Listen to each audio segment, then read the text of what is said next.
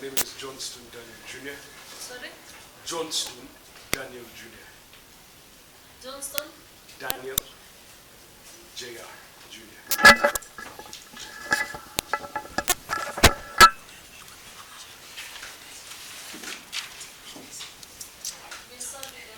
Been served with the application, nor has my client been sent me a message. My understanding is court, and I was ready. It is, I've been given indication that there's a miscellaneous application against him. Presented the application, so I cannot respond. None. I have scanned through the application. They asked me for custodial. This application, the 7th of April 2025. In this application, we are applying that the respondent be detained for 21 days at Capitol Hill Police Station for the reason that the respondent, Your Honor, in this case, was arrested on the 4th of 21 days for investigations to be concluded. For the reason that the respondent was arrested on the 4th of April 2025. You know, the IO in this matter is investigating on the 4th of April 2025. The IO is investigating a case of murder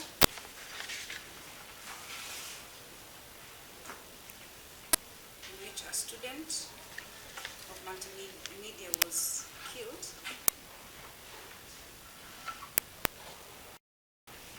And it's believed that the respondent is highly connected in this case. So far, the investigating officer is yet to submit the exhibits which were found at the scene of crime to the government analyst for analysis. The deceased autopsy is yet to be conducted.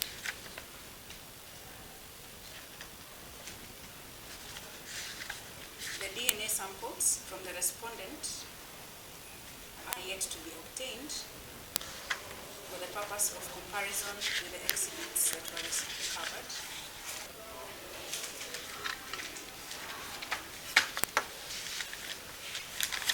We require that psychiatric examination is done on the respondent before arraignment at the High Court.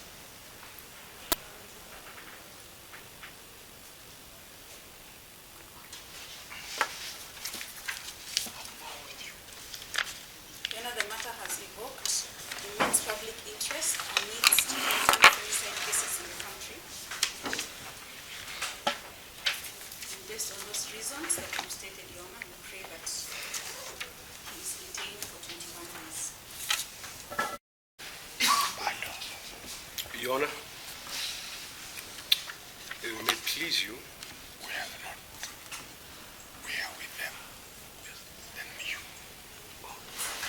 And on behalf of the victims,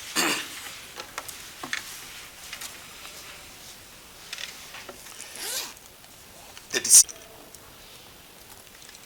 of a single, the eldest daughter.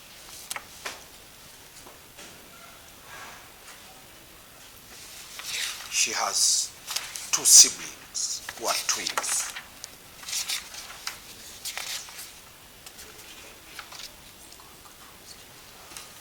hail from the slum of Kawangware.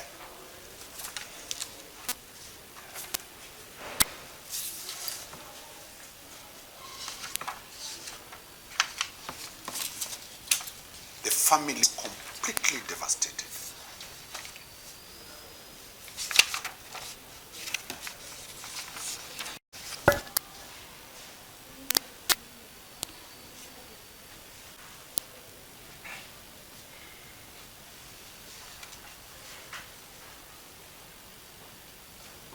You know, which has moved from the ordinary murder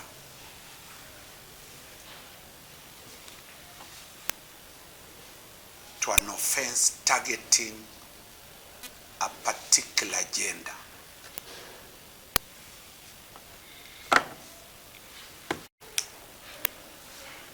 The female gender from this republic.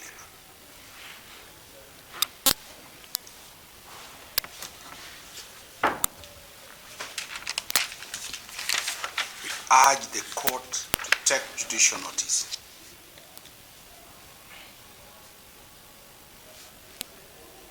that this offense is alleged to have been committed within Multimedia University.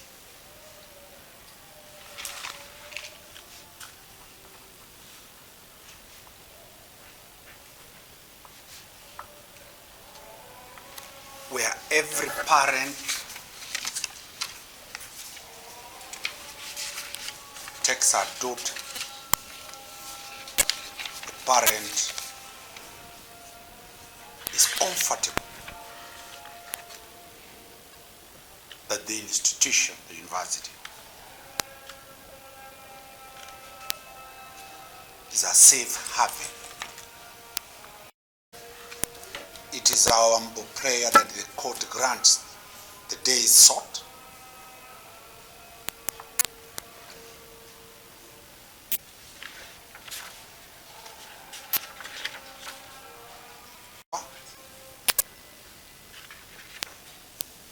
And we shall be seeking that with time the family be allowed to file affidavits later. Not for this, after the DPP decides. For now, we are urging the court to grant much of that. Thank you very much, Your Honor. We will be opposing that application. As you've stated, as they have stated, this is a matter of public interest. And being a matter of public interest, it is critical that justice be seen to be done. My client is not accused.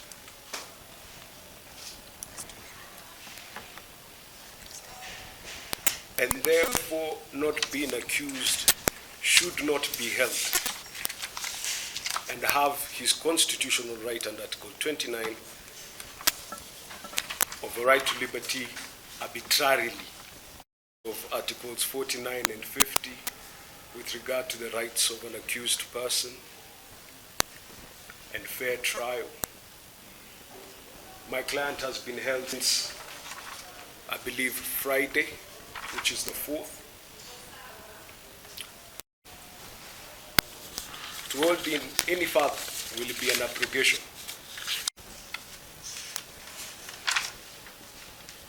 The severity of this matter is not lost to us.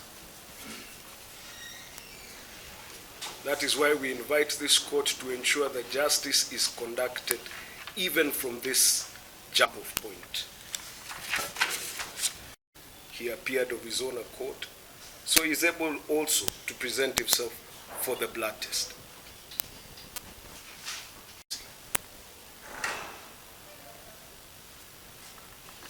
With regard to the question of his access to Multimedia University, the police have had access to the crime scene, They've conducted their investigations. They've sealed it off. He has no access or influence over that crime scene.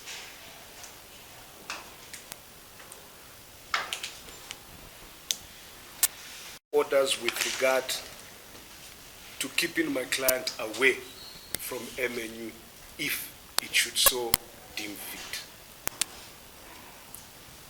Therefore, given the justifications they have given, I am not convinced, and neither should this court be, that his right to liberty should be abrogated to the police. I ask this court to also be swayed by the fact that my client is a 19-year-old, a student like the victim, and therefore not capable to be a flight risk. I'd go as far as to say he doesn't even have a passport. Your Honor,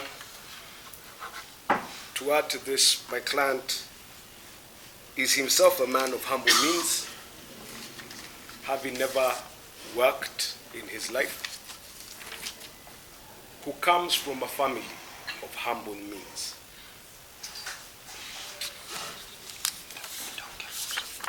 We are asking, therefore, his own cognizance, or even to the custody of his family. You would both do justice to him and the victim, in as far as you would have met his constitutional, you would have preserved his constitutional rights. And with regard to the victim, we are amenable to any recommendations, even under he has no intention of not facing justice where that justice is served.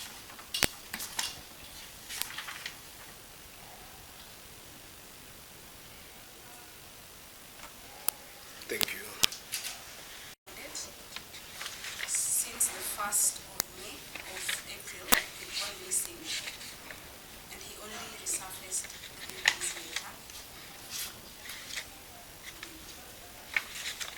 The charges he faces are of a serious nature, and they attract the death penalty. And him being the primary suspect, that is our prayer.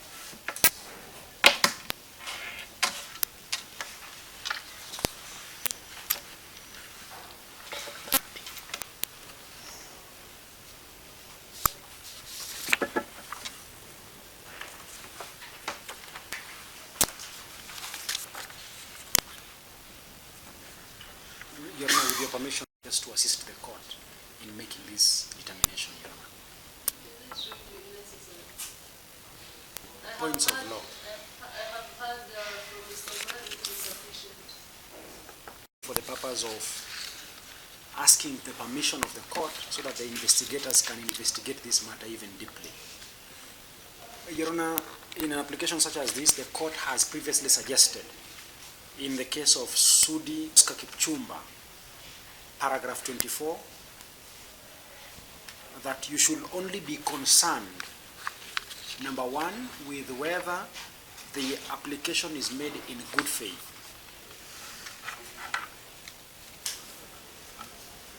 As is, Your Honor, from the submissions flowing from my colleague, Mr. Johnston Daniel Jr.,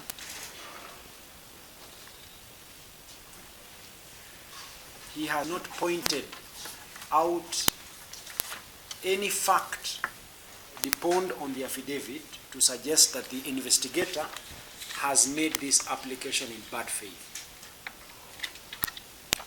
Secondly, Your Honor, to balance the quadruple rights, the public interest, that of the victim, the accused person, respondent, and the proper administration of justice. On the first day of April. Let us not go to those issues and if that is sufficient. Let me leave the veterans. Most obliged.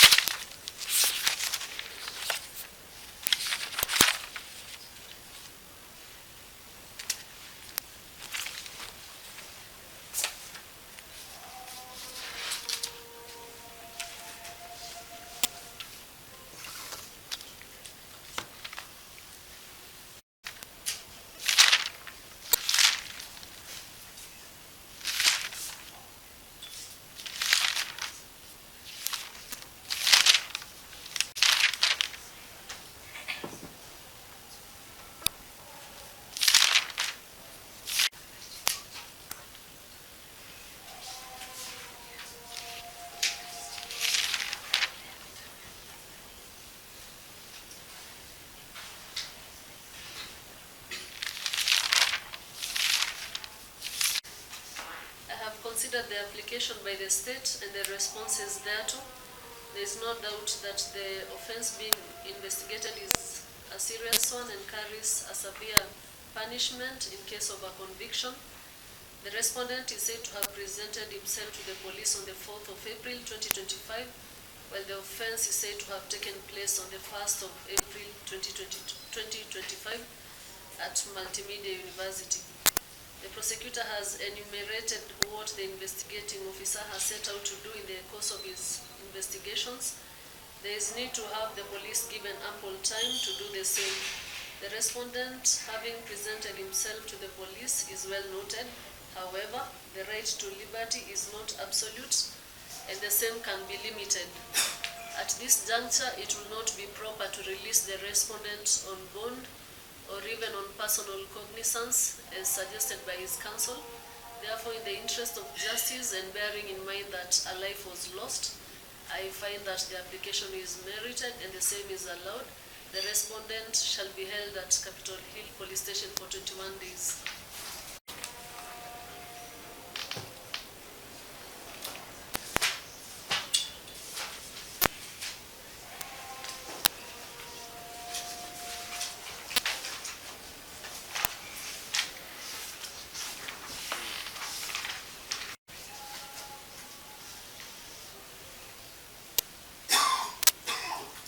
Second of April.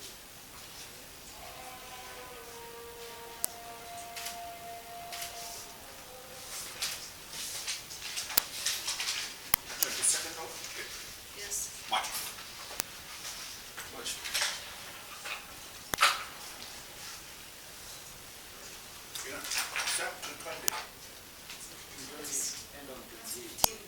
That's 15. The second is 15. 28th. Today is 7. Yes. 28th.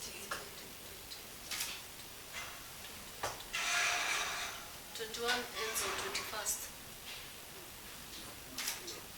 Those are 14 days.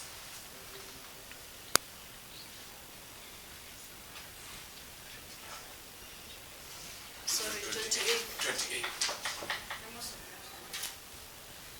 Prosecutor.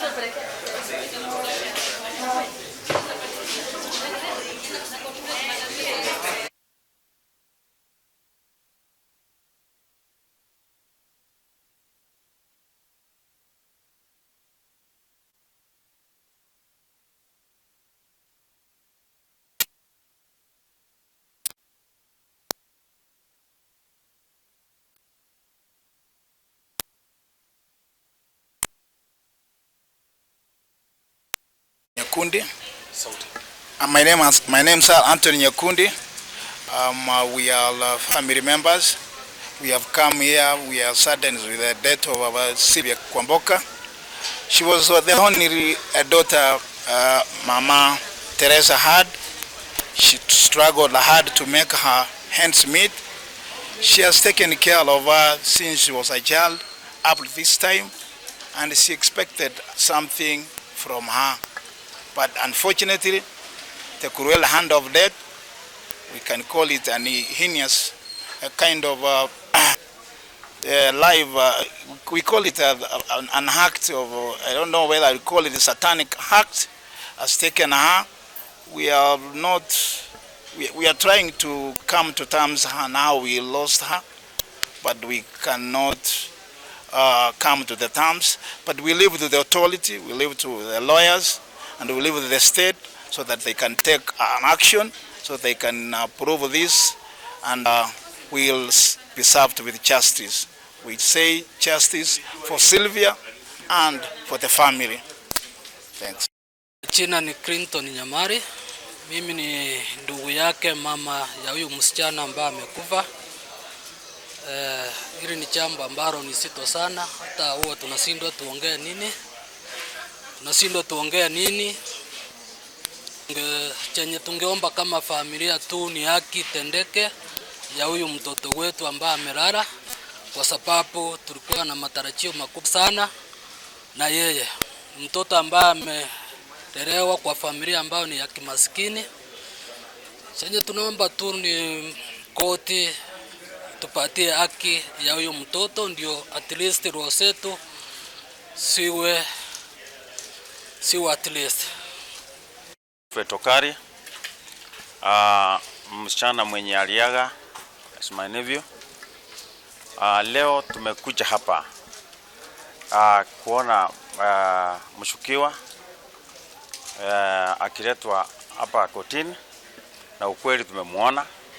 Tungeomba serikali yetu itende haki, na our council Dansan Umari ako na sisi hapa, na tunajua at the end of the day tutapata haki. Thank you.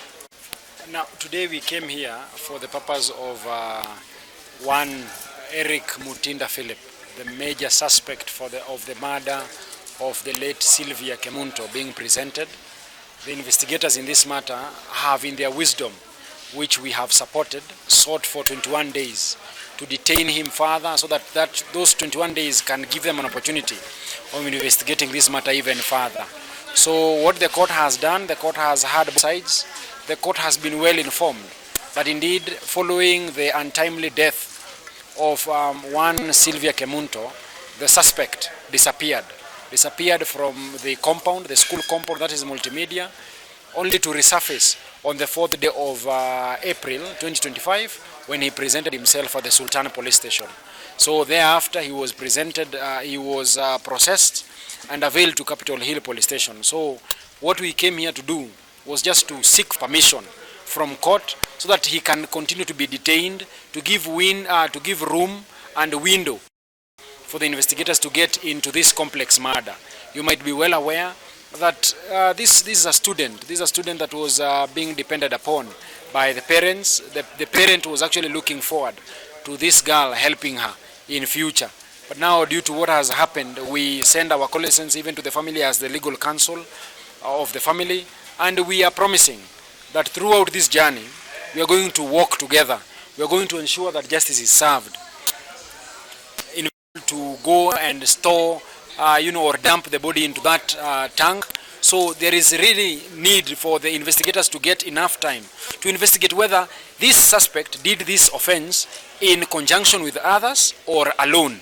If he did it alone, he should answer to his crimes.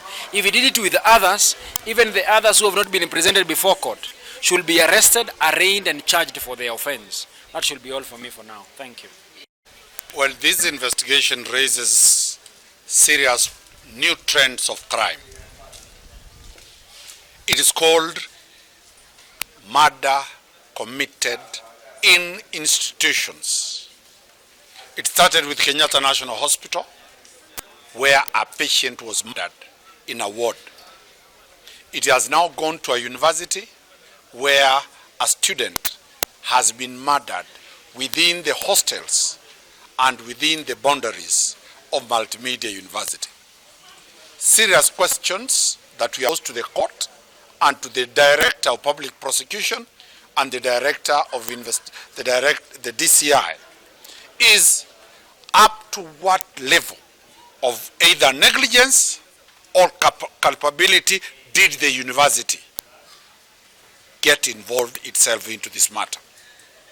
Students in the hostels of universities, when they are female students, they are taken care of in a manner different from the students who are boys.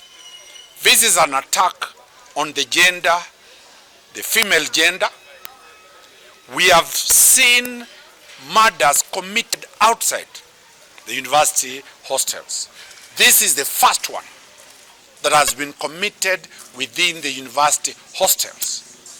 Where were the janitors? Where were the security of the university?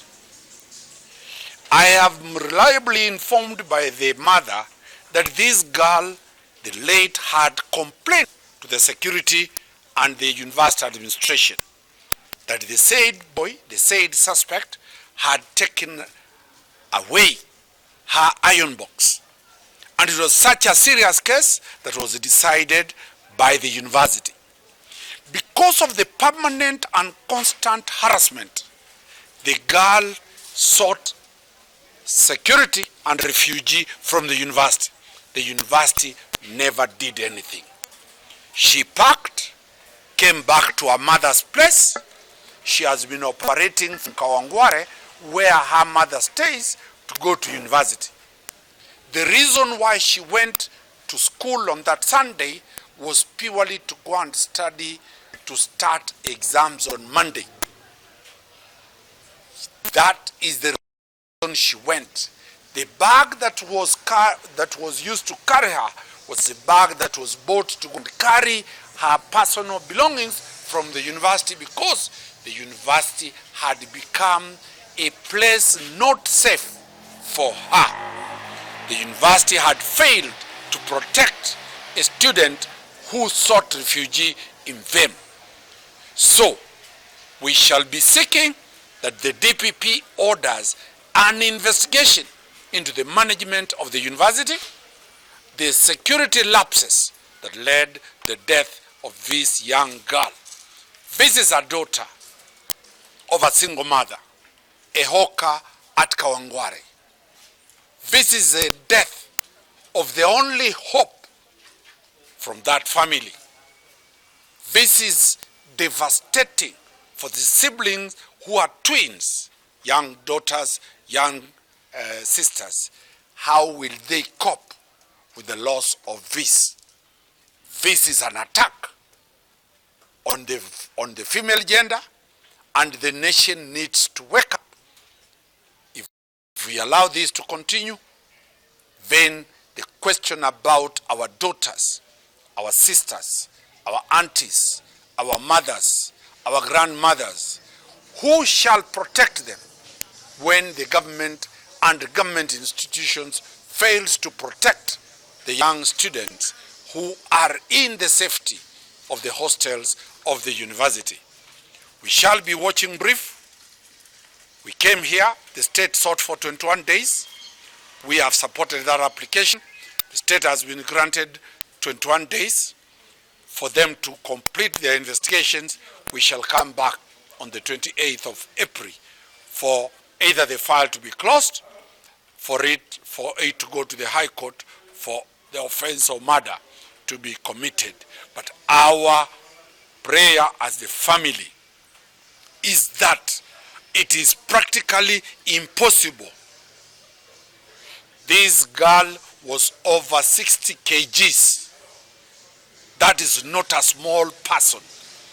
How did this person get strangled, or how was this person killed, put in a suitcase, being ferried from a lady's hostel to a man's hostel?